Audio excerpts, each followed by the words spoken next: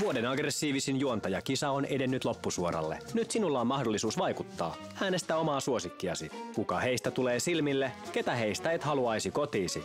TV-alan ammattilaiset ovat tehneet esikarsinnan, mutta lopullisen valinnan teet sinä. Kilpailija numero 1 on Provencen pataa-ohjelman Peter Hallström. Peterin klassikkoraivarit ovat saavuttaneet oman vankkumattoman kannattajajoukkonsa. Nimeltään Grus Granaattia. Ja siinähän on tarkoituksena sellainen, että pohja on hyvin alustettu taikina, ja jonka päälle ripotellaan.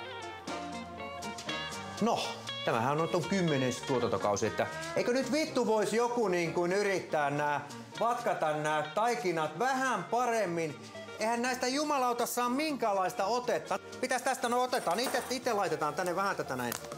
Kattokaa nyt, jumalauta, kattokaa vähän. Oi jumalauta, kuka nämä munat on tänne tuonut? Tässä piti tuoda ruskeita munia ihan sen takia, että tää on niinku visuaalisesti. Vittu! Tää on niinku visuaalisesti vähän toisen näköistä touhua. Saatana!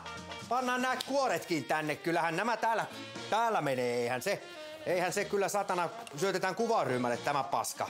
Kilpailija numero 2 on sisustuspussin Eija Häikkä, joka tekee vuosi vuoden jälkeen vakuuttavan viulunkireää jälkeä. Ja nyt kun toi meidän Homo Tapio pääsi tätä laittelemaan, niin nyt tänne on sit laitettu tälle oikein valkosta, niin kun, että tämähän on niinku Hyksin teho-osasto, että tää on niinku kuppaklinikalta suoraan, että ainut valo mitä tänne on laitettu, niin osoittaa 2 näihin paskanruskeeseen enkelipatsaaseen, ja kun jatkaa matkaa, ai jumalauta ja nää saatana! Tämmösiä ilmavärisiä palloja laitetaan tänne roikkumaan, mitä järkeä tässä voi istua, ei mitään, ja tämä.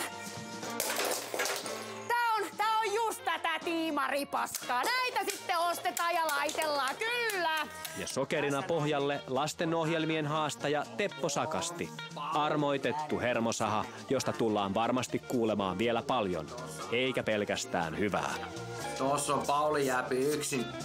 Taas on 45-vuotias, sama ikäinen kuin Teppo setä. Mitä ihmettä, se on just käymässä nukkumaan tää Teppo, niin siellä sitten onkin ovi tuolla ja ovikello soi tai koputtaa. Kop, perkele, kuka sieltä tulee? No ja sieltä tulee Tepon vaimo. Ei kun Pauli.